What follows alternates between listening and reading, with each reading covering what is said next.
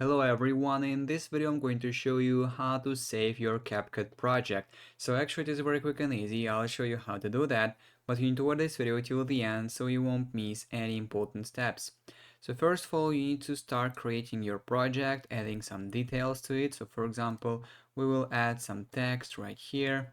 And as you can see here in the corner, it says auto saved. So basically, CapCut has an ability to autosave all your changes immediately in the project, and if you simply close the entire project clicking on this cross sign in the top right corner and then go back to the CapCut, you will see that your project is saved right here, and if you click on it, you will go back to your project, and as you can see our text is added. It means it saved all the changes and we can continue working with our project totally fine.